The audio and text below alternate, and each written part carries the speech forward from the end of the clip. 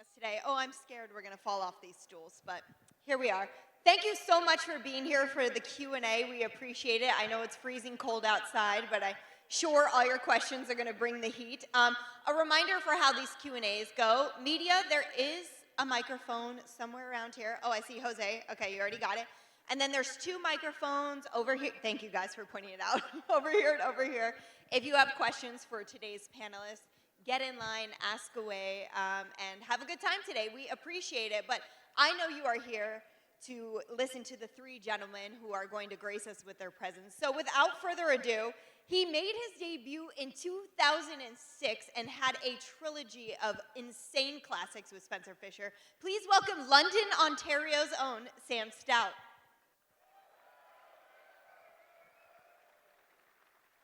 So good to see Sammy back here. You can keep your, whatever you want. Oh, thank you so much. I believe so, yes. All right, he is a WEC legend. There's Sam. His teammate's about to come out, a WEC legend who had one heck of a fight right here in Toronto, still to this day, one of the greatest walkouts of all time. Please welcome former title challenger, Mark Hominick.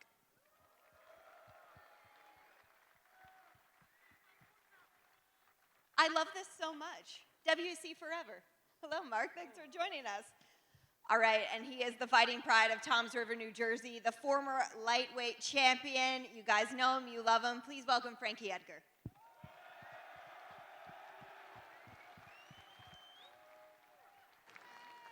All right, like I said, hello, Frank. Thanks for coming. We've got these microphones here. Don't hesitate to get in line. Usually, we try to get everyone's question in. Hopefully, we can today. I know media, you're starting us off. Jose Youngs, get us started. I'll start with Stam and Mark all the way at the right here. Right here. Right in the front.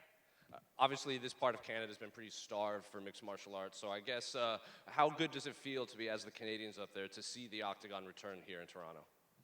You know, they came back in Vancouver, and Canada really showed that we're still here. We got a really new crop of talent. And, you know, I could see a clean sweep again this weekend. Same question for Sam. How does it feel to see the Octagon back here in Toronto?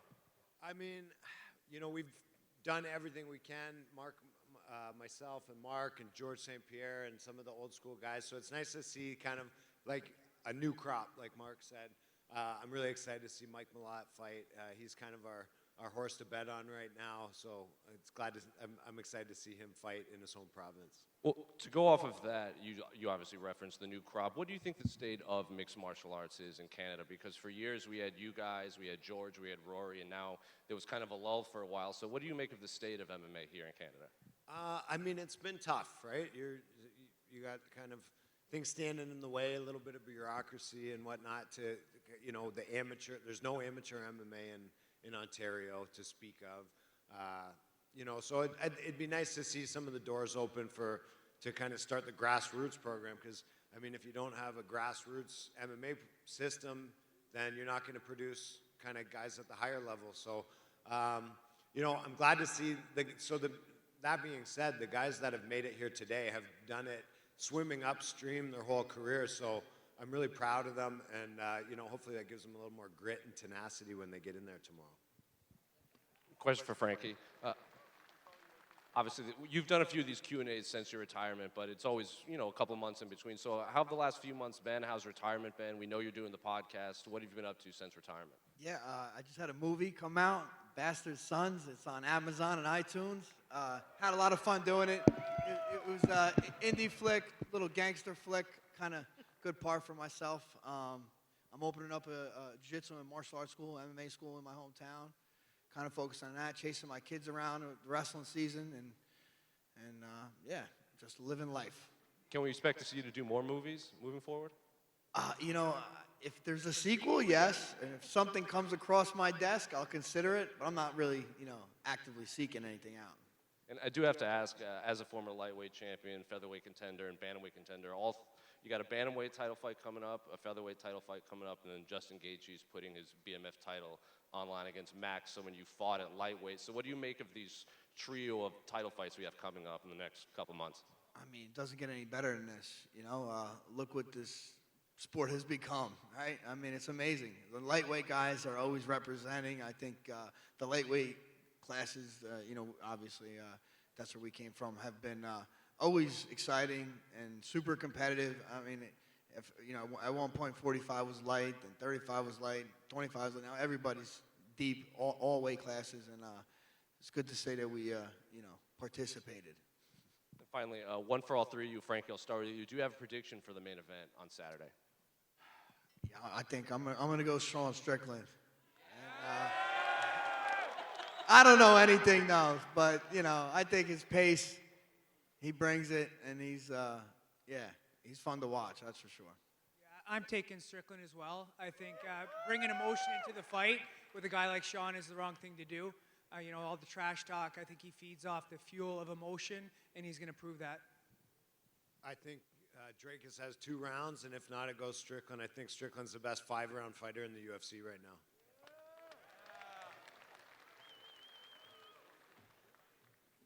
Go ahead. This one's for Mark, and even for Frankie, since you mentioned opening a school. I mean, have you seen the sport differently now as a coach? Do you appreciate more of it?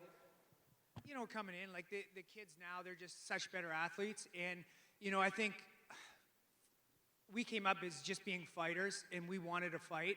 Now people are choosing mixed martial arts as opposed to, say, hockey or baseball. So they're getting in it much younger and doing everything younger, because like myself, I just wanted to be a fighter.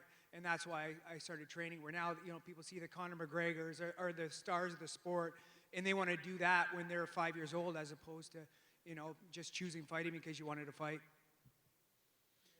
Yeah, I mean, I'm just kind of diving in on the coach's side and owning the school side. But, yeah, I'm trying to just instill that old school mentality, that old school toughness as much as I can. These kids have, like he said, are super athletic, and have all the knowledge in the world. I'm kind of still keep your feet grounded and make sure you work your tail off, because that's kind of the style I want to go. And for Sam, you mentioned the fighters on this card from Canada tomorrow have kind of been swimming upstream. What advice would you give to young fighters today coming up? I mean, there's a lot of things. I mean, you got to go in there and you got to put the work in. I think that's one thing that's kind of sorely lacking with, Mark and I run a gym together, and, we got a lot of super talented athletes that are, posting stuff on Instagram and social media and getting validated by all these people. And it's like, okay, you got to listen to your coaches, you got to keep your nose to the grindstone, and you got to work. It's because it's not going to come easy. And, like I said, the people who have made it here from Canada now are the people who have the work ethic. And that's, one of the big things to stress to the young group. It doesn't come easy. No matter how good you are, there's somebody else who's just as naturally talented as you, and it's going to come down to who worked the hardest, and that's who's going to come out on top. Guys, we're looking so forward to, the future, especially of Canadian mixed martial arts, because where we are. But when you guys reflect upon the fights that you had here in Canada, especially you, Mark, you have this iconic bout with Jose Aldo. I mean, how do you reflect upon those times where you were able to compete here? So, I just look at guys like Mike Malott, fighting on the pay-per-view. You can tell even yesterday at the press conference, the fans are behind him, and just what an opportunity it will be to fight in front of his country and also become #1 star. Like, the opportunities in front of him. He's fighting a seasoned vet on the pay-per-view. The crowd's behind him. The country's behind him. And this is an opportunity that could really skyrocket him to fame in the sport and towards becoming a champion one day. Absolutely. And like Sam, you had so many epic battles. We were just talking backstage that so many of your fights took place in Canada. I mean, that's got to feel good as a Canadian resident and somebody who's lived here their whole life to look back upon that and see it. Yeah, I got to fight in Vancouver, lots in Montreal, in Saskatchewan, and Winnipeg. So I fought everywhere but Ontario, my home province. But that was always kind of the one that got away from me. But it is very cool to be able to fight in front of a hometown crowd, because for a long time early in our careers, I mean, even when we were before the UFC, we were fighting in Montreal, so it was kind of us against the French fans. And then we came to the UFC, and there wasn't a lot happening in Canada then, so we were I was always the the out-of-town guy. So it definitely makes a big difference to fight in front of a crowd that has your back and really it does give you that extra, allows you to dig a little bit deeper when things get tough.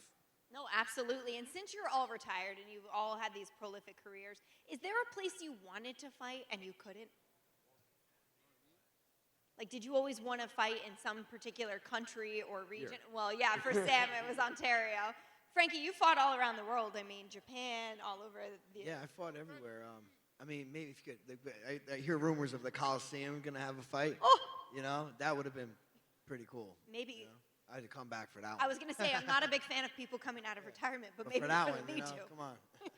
What about you, Mark? Was there anywhere that you You know wanted what, to when I came up, I grew up in martial arts, and my goal wasn't to fight in the UFC, it was to fight in Japan. So I got to do that in kickboxing, so that was kind of a goal before I made it to the UFC. But that was a big opportunity and a dream of mine. No, it's certainly an incredible place. I know you fought there as well. Incredible place to watch fights as well. The Japanese fans are just on another level. Vic, do we have any more media questions? No. Do we have? If you guys have questions for everyone on this panel, just line up at the microphones up here. Go ahead. I have a question for Frankie Edgar. So you fought in 3 different weight divisions. I was just wondering, during your time fighting, which did you find the most exciting? And also right now, which do you find the most exciting out of those 3? I mean, for me, I would say the most exciting. I mean, I won the title at lightweight, so for me, that was the most exciting time.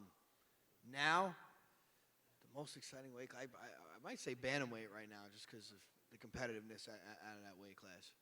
Perfect. Thank you. Good question. Go ahead. Hey, question for Frankie. Is there any fight that got away before your retirement that you wish you can get back to get in the ring with anyone? No, not really. I mean, all my losses, I want to get all them back. But, I mean, maybe Dominic Cruz. That could have been a good matchup Thank you. At some point. Good question. Do you guys have any fights that you felt like were maybe going to happen or you were hopeful were happen and just slipped away? I think over the years, Uriah Faber and I were supposed to match up because at that point, I had fought in UFC and left because I was fighting at lightweight, and I went back to my natural weight, and then WC came around. Uriah was the champ. They brought me back from the UFC to the WC, and we were supposed to match up, and just things didn't align. We're good friends. I have a lot of respect for him, but that's one I think that, it would have been nice to have it, especially at that point. I would have liked to fight Cowboy at some point. And, we talked about it. Him and I are cool, but we were like, that would have been a good fight, I think. And also Clay Guida would have been a fun one, I think. I love all of those matchups you guys just named. I feel like we missed out, but we were very lucky we saw the careers we did from the 3 of you. Let's go over here. Hey guys, this is for Mark and Sam. You guys are like the older generation of fighters. My question to you is, the BMF belt is a new introduction. Is that something you guys would like to fight for if it was available back in the day? Or what are your thoughts of the BMF title in general? Well, I think every one of Sam's fight could have been for the BMF title, so I think Sam would have been a front runner for that. Yeah, I mean, I like to chase those fight of the nights. Thanks, guys. I mean, I think it's a cool, kind of feather in your cap if you win that BMF title. And I prided myself on, for me, obviously winning fights was always very important. But I realized that we do this for you guys, right? So I was just as happy winning a fight of the night as I was winning a fight. Not just as happy, but almost as happy winning fight of the night and having a drag out fight that everybody was on their feet for those. For me, it was all about making it fun for everybody in attendance and everybody watching at home. And so yeah, the BMF thing is cool for me, but I would have definitely liked to get that strap around my waist. Let's go over here. Good question. Me? Yeah. Oh, I love you guys all. Respect you. You guys are some of my favorite fighters. My only question is for Prime. Can I get some free tickets over here? The boys in the building. Start at Frozen's chance, everybody. Let's go. I want some free tickets. Come find me, Prime. Love you guys, Wait, though, for you real. have the tickets, or you're asking Oh, for the tickets? somebody give me some free tickets, Oh. Prime. I'm out here. I wish we were cool enough to get tickets for you. Yo. Oh, I'll tell Nina that's here. So tomorrow night, there's a fight on the main card between Movsar Evloev and Arnold Allen. Possible title contention in the featherweight division with the winner there. Who do you guys think wins that fight? Ooh, that might be my favorite fight on the card too. Yeah, I don't know. I can't really tell you who's gonna win. But that's gonna be a hell of a scrap, right? I'm really excited for that one. You know, as a fighter, I think that's the fighter's fight to watch. I don't know how to pronounce that. Movsar Evloev. I'm going to take him. 17-0. He's dominated everyone he's fought. And he's just, again, one of those Dagestani wrestlers. He just puts pressure like unbelievable. And I see him winning and stepping up to the title soon. Arnold Allen, something about watching that guy fight. I just love watching him fight. He's kind of my dark horse pick of the night, so I'm going to go with him tomorrow. I love it. Thank you. We don't have any tickets. I'm sorry. This is a question for Mark. Your UFC 129 walkout was iconic, and would you choose to relive that night? And what strategy would you change to fight Aldo? You know, at that point, that was when no one had ever even touched Jose Aldo. So I just knew putting pressure on him. Like, everyone was always kind of trying to take him down, take away his striking. I was the first fighter that brought it to him and tried to stand toe-to-toe. I don't think I would have changed everything because that was, 15 years of hard work, 20 years of hard work to get to that moment, and also 15-year overnight success for myself. All of a sudden I got to fight at the biggest stage at that point, 55,000 people in front of my hometown.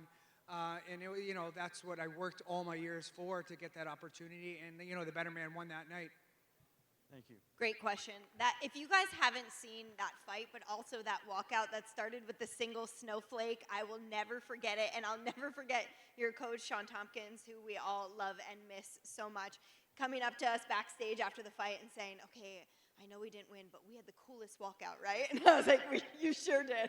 It was a great one, a great memory. If you guys haven't seen it, definitely check it out on Fight Pass. Go ahead. Hi, I got a question for Frankie. And just wondering what you called your gym, and if you got any underdogs I could slam some cash on and pay for this trip. Please. I do not have any underdogs, unfortunately. The gym is going to be Frankie Edgar's Iron Army Academy. Thank you. Are we going to have is there going to be a wrestling program attached at all? We're working on it. All right. Keep a girl updated. Let's go here. Hey, this is Devin from Newfoundland, Canada. Yeah! I just want to say you Canadian fans are fucking awesome. Yeah! My question's for Frankie.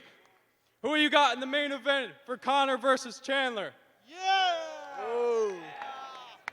I think, if this is at 85, I'm saying Chandler all the way. All right.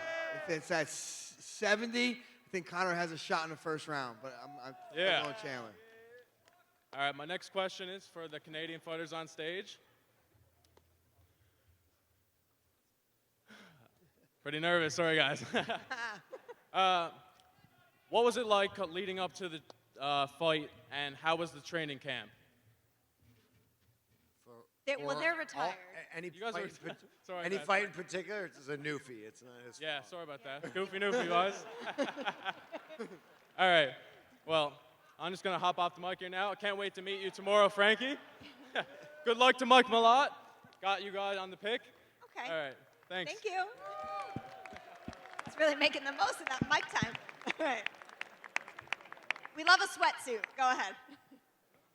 Question for Frankie Edgar. Frankie, you were the. Never mind. My bad. Let me just get my thoughts. I remember hearing on the broadcast once upon a time that you became the lightweight champion at 155 while also walking around at 155, right?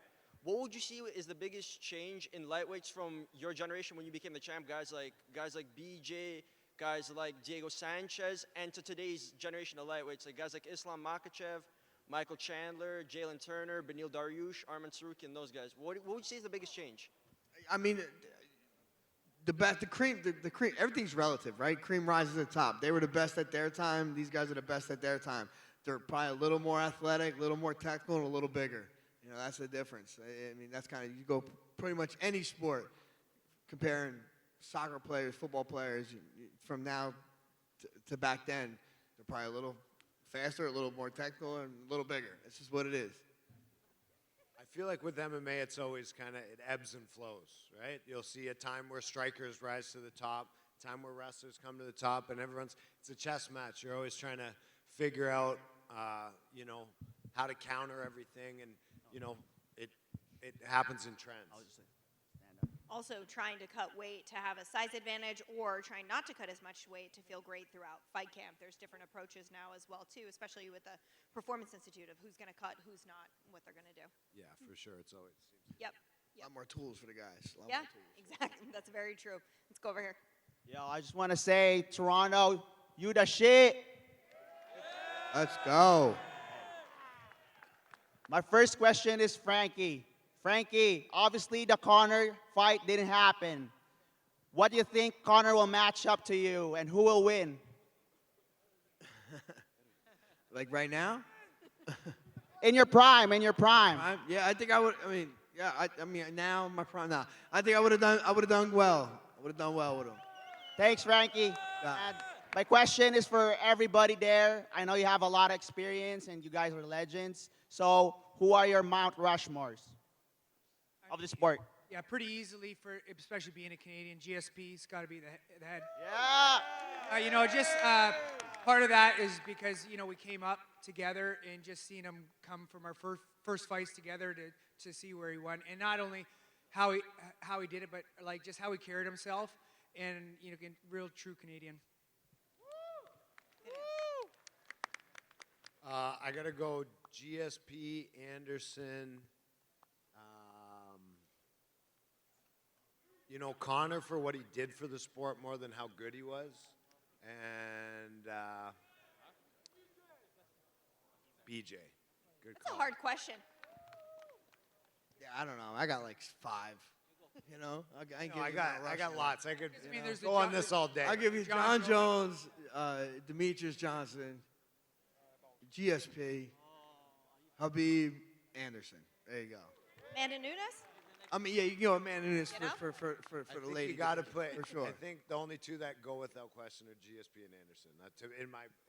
GSP's just, you know, he's top of the line, definitely. Did everything right, no drama, no nothing. That guy's class all the way. Amen. Thank you so much. Yeah. How about you, Megan? Oh man, I don't know. That's a tough one. Thank you, guys. Thank you. She's pleading a 5th. Yeah, I'm not trying to get in trouble or more hate in the comments. Go ahead over there. Hey guys, big fan. Wanted to ask you, Frankie, what is, in your opinion, who's gonna win between Sugar Sean and Chito Vera?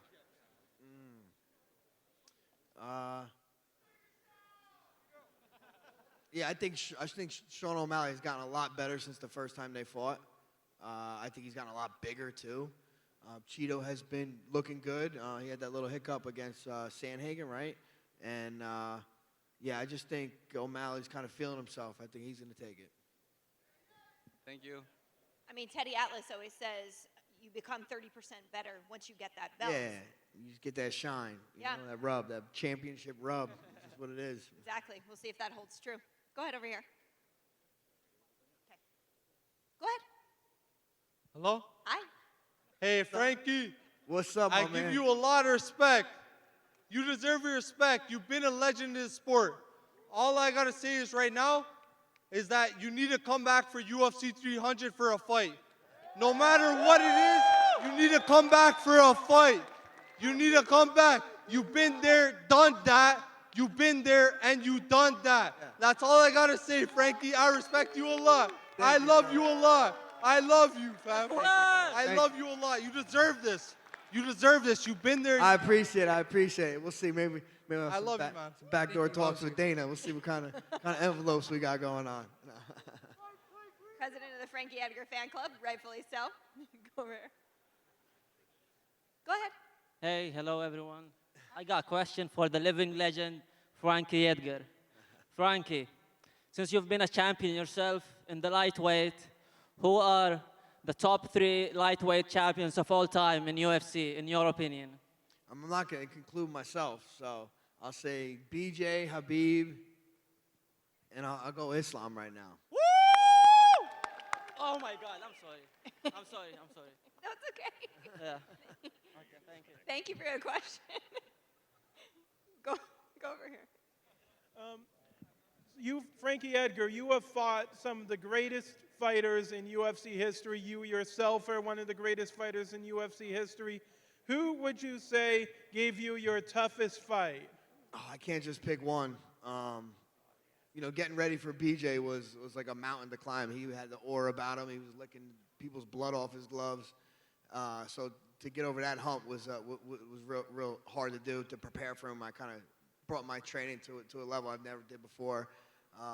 Benson Henderson was tough to deal with. Jose Aldo was one of the best guys, the fastest, slipperiest dudes to get your hands on. And then Holloway, I'd say. So. And Hominick and Sam Stout, 2 Canadian legends. I know you've since gone on to training, and I was coaching, and I was wondering if there were any young Canadian up-and-comers not yet in the UFC that you wanted to highlight. Yeah, we got a couple good rising stars. Some of them are pretty young still, have a little bit of amateur experience they still need to get. There's a kid, Liam North, who I think is the horse to bet on in our young stable of fighters. Mike Adams is really good. We got Tom Theocaris fighting in Unified tonight. We got a good stable of young athletes that I think could make some waves in the UFC. Thank you so much. Great question. Thank you. Go ahead. Over here. Assalamu alaikum, Frankie Edgar. Alaikum salam. Initially, I want to say it's a very big honor to stay here and asking the question from you. Now I just want to ask, I'm pretty sure you know the top ranking fighters from the welterweight division. And now the very popular star in the welterweight division, the Shavkat Rakhmonov. Absolutely.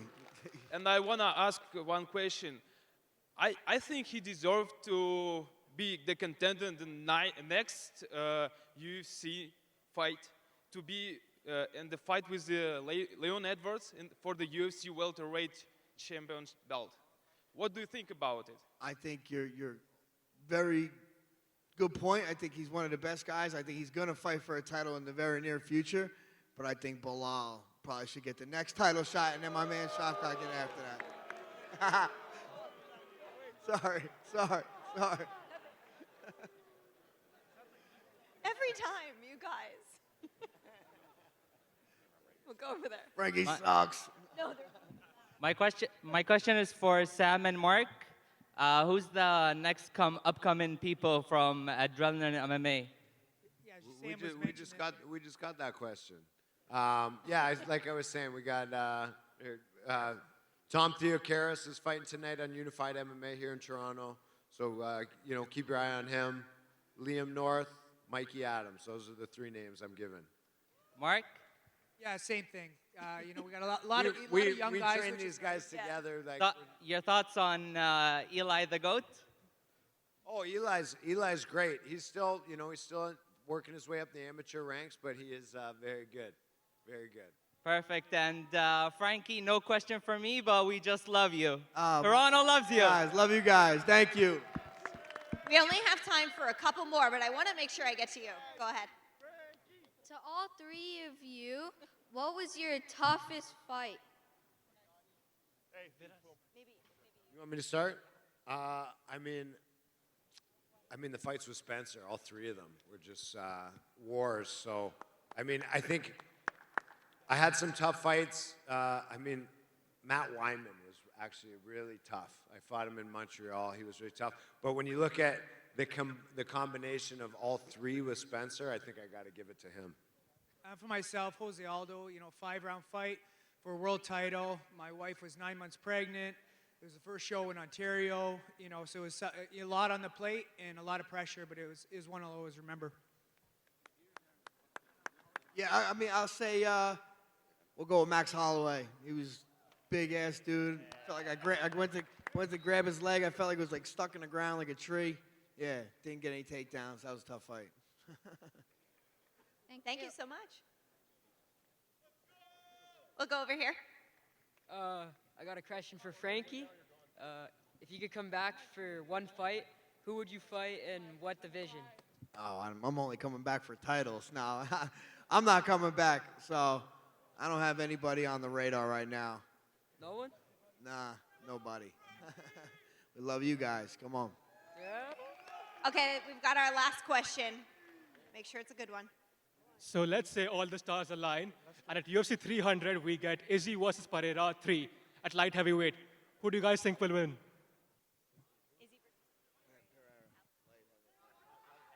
At light heavyweight, you asked? Yeah, Izzy versus Pereira. Yeah, I think at 205 it'd be too big because cutting the weight. I think that does you can't take as well as a punch there at 85. So 205, I think Pierre takes the advantage.